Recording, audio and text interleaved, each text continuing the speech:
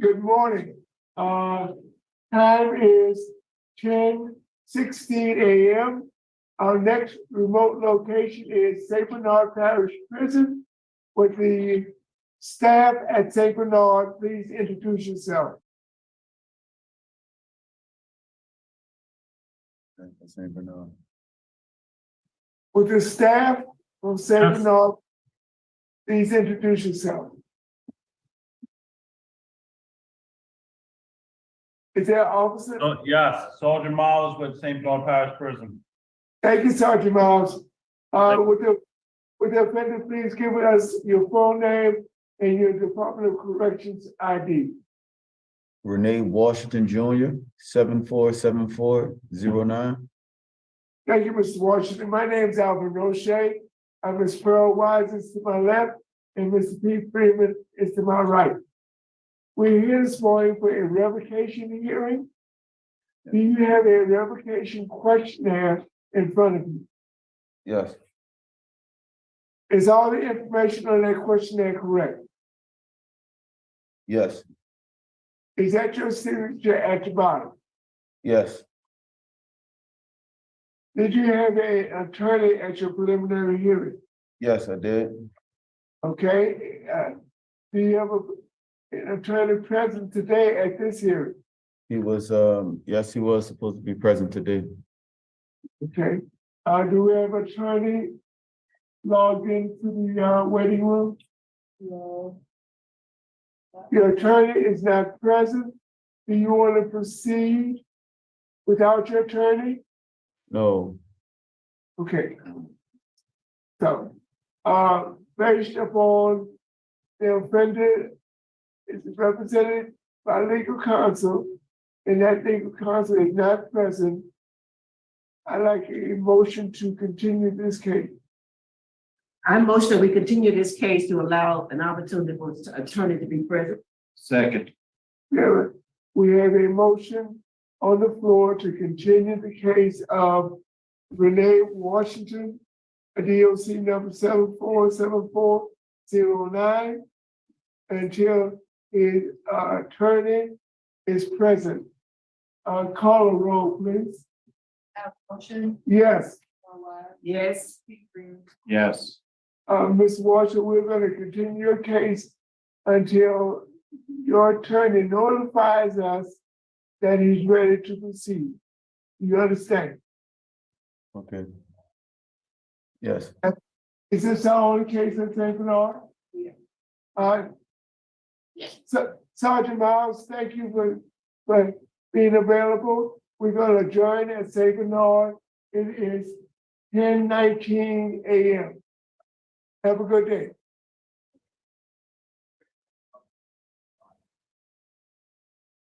I'm gonna keep that. Well, I hope he didn't pay his attorney too much money because it ended up costing him almost 2 months. We can fast forward now from May. They adjourned on May 19th. From May 23rd to July 18th, if you can believe it. So, man, I would be upset. Cost me 2 months of my life stuck in jail because my attorney couldn't make it. But let's see if the attorney can make it up. With that, let's go.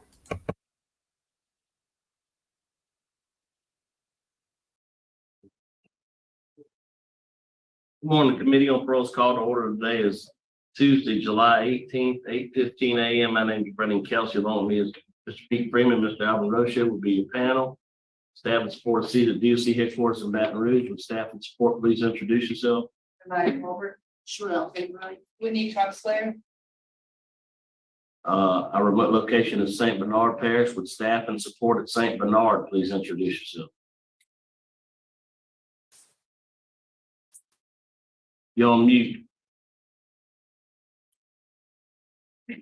My name is Rene Washington. And I need the staff and support to please introduce themselves. I'm sorry they stepped out. I can. That's okay. Who's on the other? That's That's his attorney. What's his name? Bobby. Okay, that's okay, that's okay. Just wanted to, you heard the introductions. I see you have your attorney. Would you please introduce yourself, please? Yes, good morning. My name is Robert Hortzberg. I'm the attorney for Mr. Washington. Robert who? Hortzberg, Spell that for me. HJORTSBERG.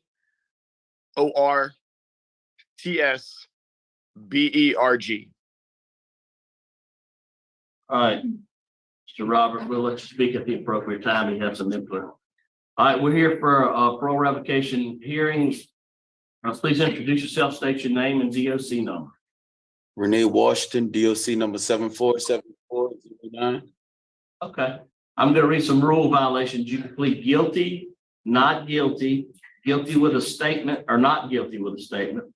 We'll ask you some questions. Your attorney can speak when he needs to, and we'll take a vote. You understand the process? Yes, sir.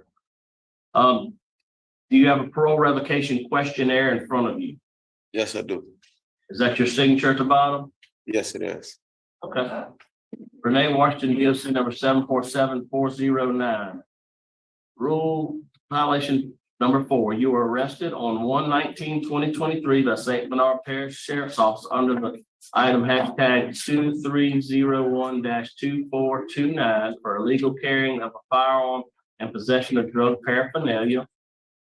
Your illegal carrying of the firearm charge was not accepted, and you were not charged with being a convicted felon in possession of a firearm because you did not have an enumerated offense. According to the Assistant District Attorney of St. Bernard, Danny Dysart, how do you plead?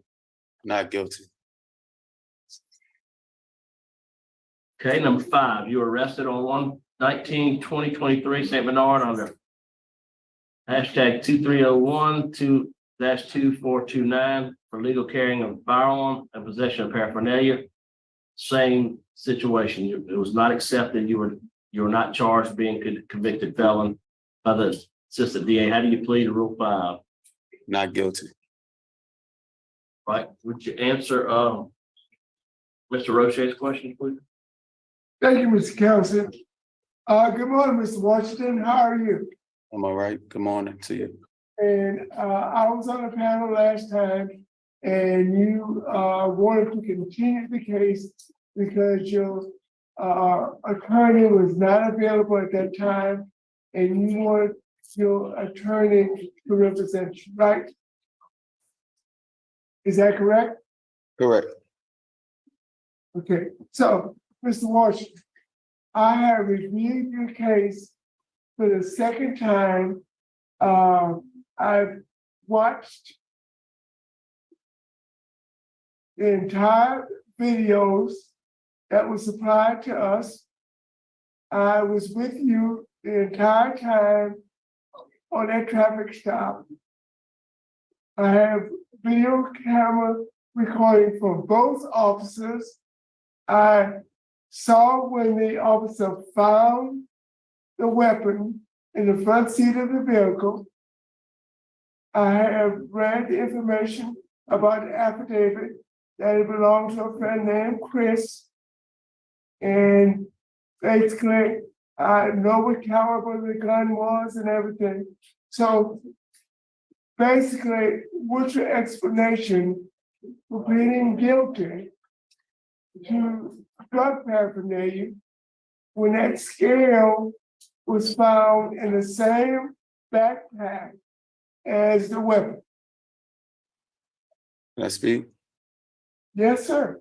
At the time, well, when they, at the time, I was under the impression that those charges were all dropped until I was going to take this to trial, honestly. But the judge told me he was going to give me 30 days for credit for time served on there were just misdemeanors or something like that. And I didn't think anything of the drug paraphernalia or the gun charge being together or not. I just was thinking that I was trying to get this over with. Sir, I've just come home from jail 7 months before this. Let me interrupt you. You pled guilty to criminal activity. And if you can think back when you went for your initial visit to your parole officer. Condition number 4, that you must avoid all criminal activity as part of your supervision, and you signed that contract, Yes, and you pled guilty to criminal activity. Plus, I have a video. I actually saw the police find a weapon in a vehicle that was running to you with the scale that you pled guilty. You said it was yours. Then I have proof that the affidavit that was submitted, the gun that was in the affidavit was not the gun that was found in the backpack. And the owner of that gun purchased it not from Academy Sporting Goods. He purchased the gun from Gretna Gun Shop, and that gun was stolen from him, and he had no idea that that gun was missing. So the affidavit, as far as I'm concerned, is null and void. Because the affidavit that your friend said it was his gun, it wasn't really his gun, because it was a different caliber and it was a different gun. So what's your explanation? sir, I have no idea about anything about a gun. Sir, this whole situation is a misunderstanding, sir. That bag, whatever that was in that bag, sir, I had no knowledge of that, nothing dealing with the bag at all from the start. The bag, the person who I said had my car, that's who had my car. The person who took ownership of the bag and everything, that was the bag. He was also in that car. He took ownership of the bag of the gun. I don't know anything about the caliber of the gun or anything. At the moment, I didn't even know there was a bag in the car, honestly. Okay, now, Mr. Washington, the gun that he took ownership of wasn't the gun in the back. Sir, I don't know why. I don't know what's going on. I had nothing to do with any bag or any gun, sir. Okay. The person who said he left that in the car, I had nothing to do with any of those belongings, sir. Oh, well, I have visual proof that the gun was in your possession, a car that was run by you, an affidavit that's null and void, and you pled guilty to criminal activity. Mr. Kelsey. All right, got a question right here. Mr. Freeman, please answer Mr. Freeman's question. Okay, how long have you been in jail? At this moment, I've been in jail for about 7.5 months now. 7.5 months, and your good time date was in 22? Yes, Okay, what's your full term date? my full term date. I'm not sure what's my full term date. I was released from prison in June 2nd of 22.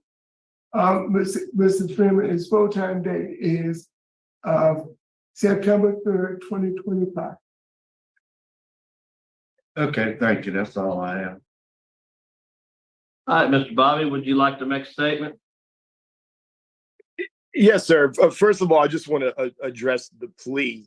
I know that everybody at this table is very familiar with criminal offenses and the criminal justice system and how it works.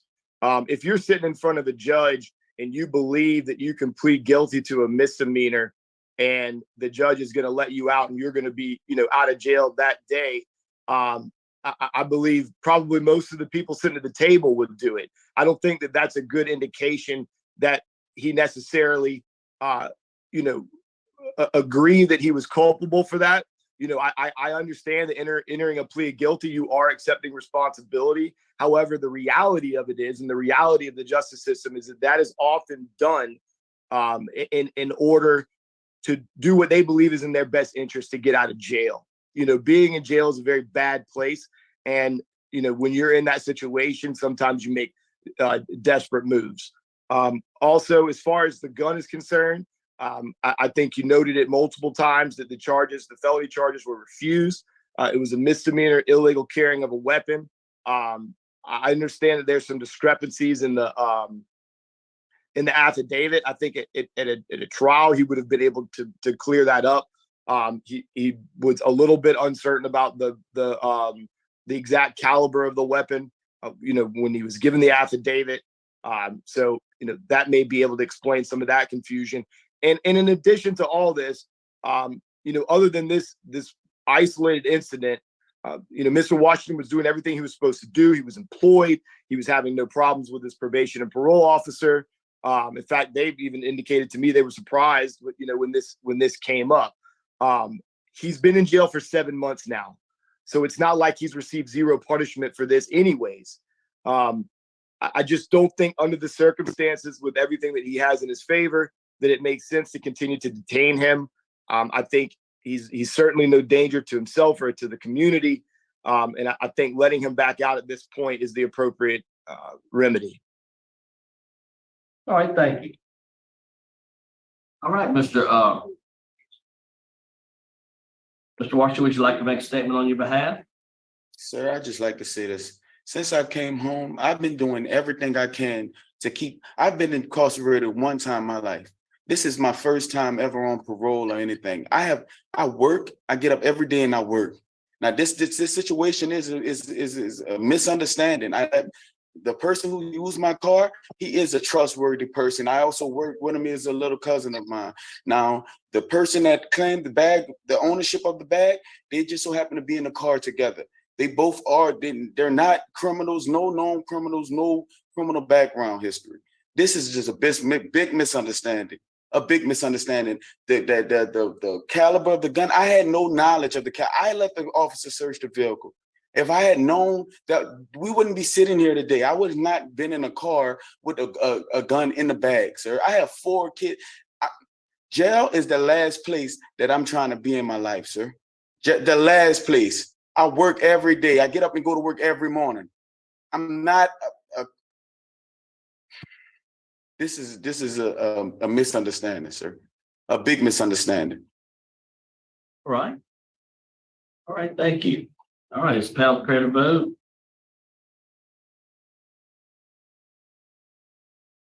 Yes, Mr. Council. Or you want to take a session? I'm good. All right, Uh, Mr. Brochet. Mr. Washington.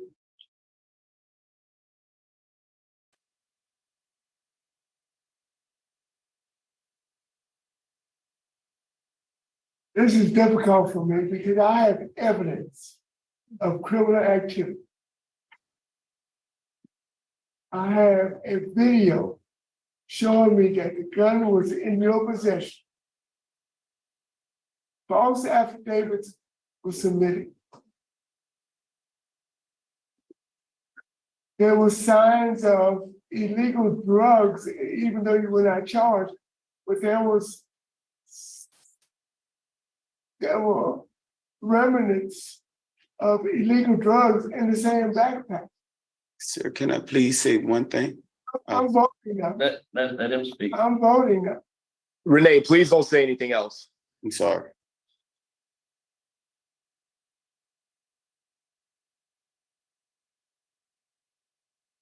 There was a large amount of cash in your pocket.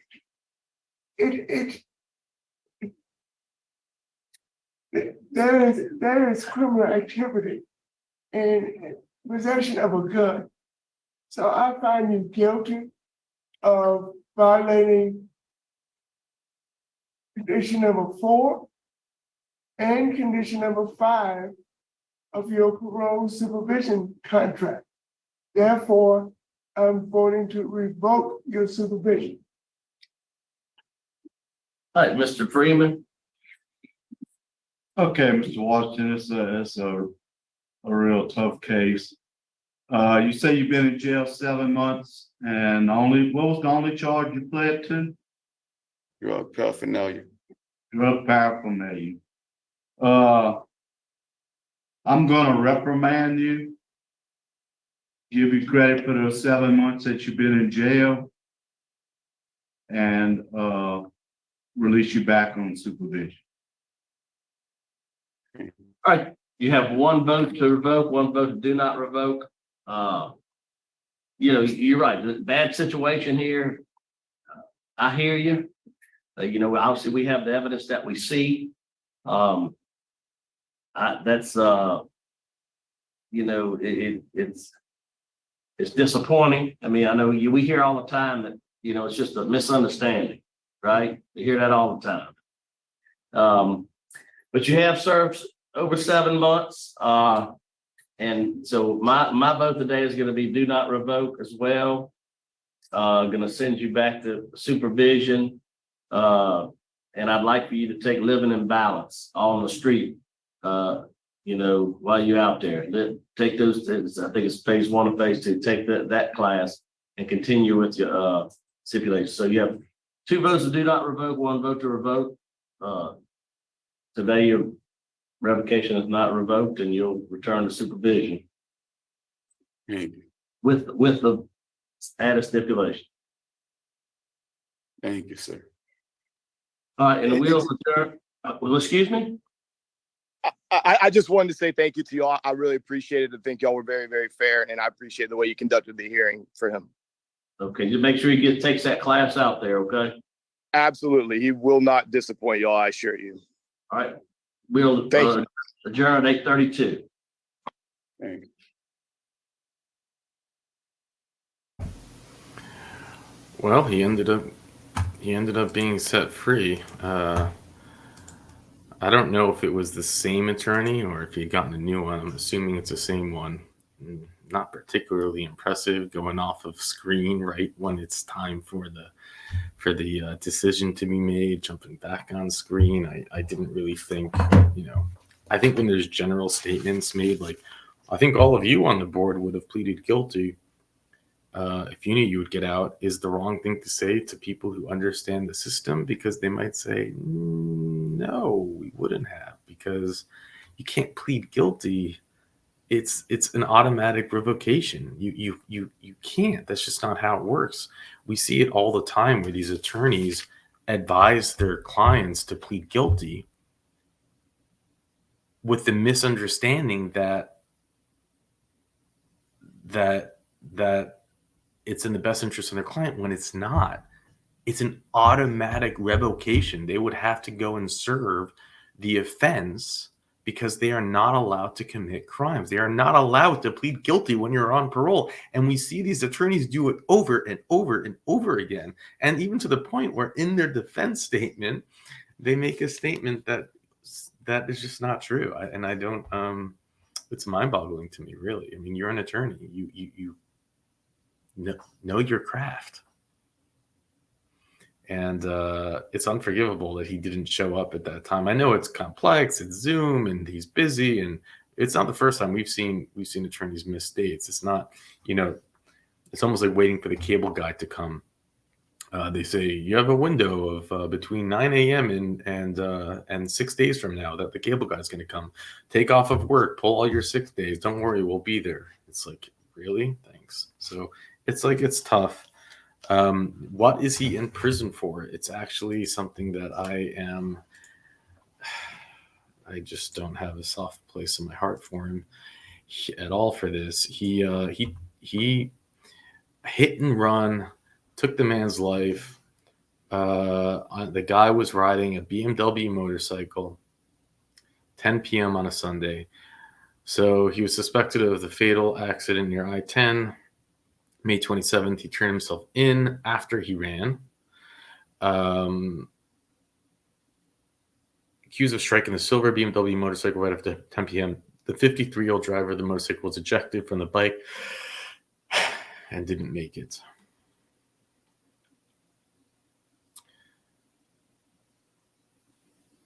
And yeah, he fled. And I don't know how much time he got, but this was in 2019. And he was let out and revoked on this. And I was a motorcycle rider. I have been in 2 accidents, and I take that stuff seriously. And to take a man's life riding a bike, and usually BMW riders are professional riders. They just tend to be. I know it's, but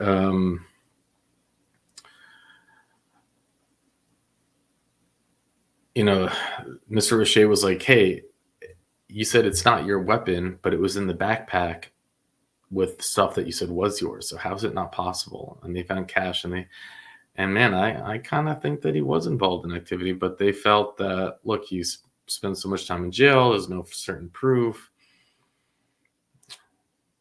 Let's just let you out so you don't have to go back through the system. I don't know. What would you have done? In my opinion, man, you just have to hope he's learned from this. You're on parole. You know you can't get caught doing this stuff. Don't play stupid games. But love to hear your thoughts. And with that, I'll let you go.